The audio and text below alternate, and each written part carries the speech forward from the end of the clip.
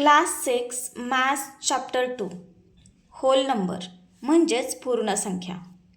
आता या चॅप्टरमध्ये hole number म्हणजे काय आणि ते कसं लिहायचं आणि त्याच्यानंतरचे आपण दोन महत्त्वाचे फॉर्म्युलेज बघणार आहोत.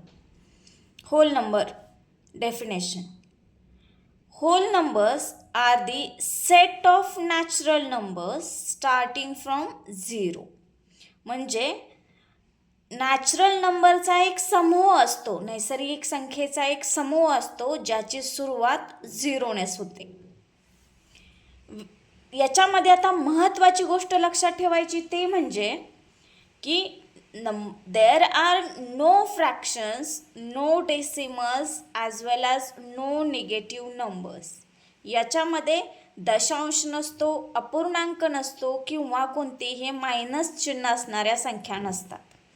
आता नॅचरल नंबरमध्ये आपण सुरुवात कशी होते नॅचरल नंबरची फ्रॉम 1 2 3 अँड सो ऑन. पण याची सुरुवात कशी करायची होल नंबरमध्ये 0 पासून.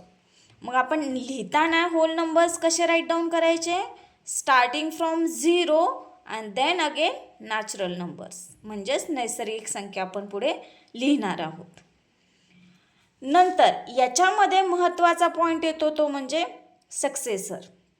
सक्सेसर म्हणजेच काय असते तर पुढची संख्या असते. म्हणजेच आपण लिहिताना लक्षात ठेवताना कसं ठेवायचं next number after a given number. म्हणजे दिलेल्या संख्येनंतर येणारी संख्या म्हणजेच सक्सेसर. मग ते कशी येऊ शकते जेव्हा आपण दिलेल्या संख्येमध्ये +1 करू त्यावेळेस आपल्याला सक्सेसर म्हणजेच पुढची संख्या मिळणार आहे. ओके, मग त्याच्यासाठी आपण एक एक्झाम्पल बघूया. सक्सेसर ऑफ 12 + 1 पुढची संख्या एक ॲड केली 1 सो आपल्याला किती मिळालं 13. सेम वे अदर एक्झाम्पल बघितलं आपण 99. याच्यामध्ये काय करू +1 ॲड करू सो किती मिळेल आपल्याला 100.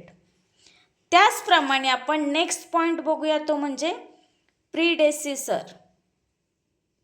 याच्यामध्ये याला म्हणतात मागील संख्या म्हणजेच number just before A given number.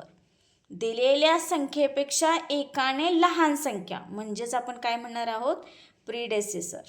Okay, मग याच्यामध्ये आपण काय करतो दिलेल्या संख्येमध्ये एक संख्या मायनस करतो म्हणजेच आपल्याला काय मिळते एकाने लहान संख्या मिळते. म्हणजे एक वजा करायचं त्या संख्येमधून.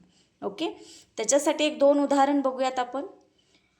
10 मध्ये आपण काय करू 10 - 1 = किती होईल 9. Same way predecessor of 127 = 127 - 1 = 126. Is that clear? So अशा प्रकारे आपण होल नंबर्सची डेफिनेशन बघितली, सक्सेसर काय असतं ते पाहिलं, त्याचप्रमाणे प्रीडेसेसर काय असतं ते पण पाहिलं.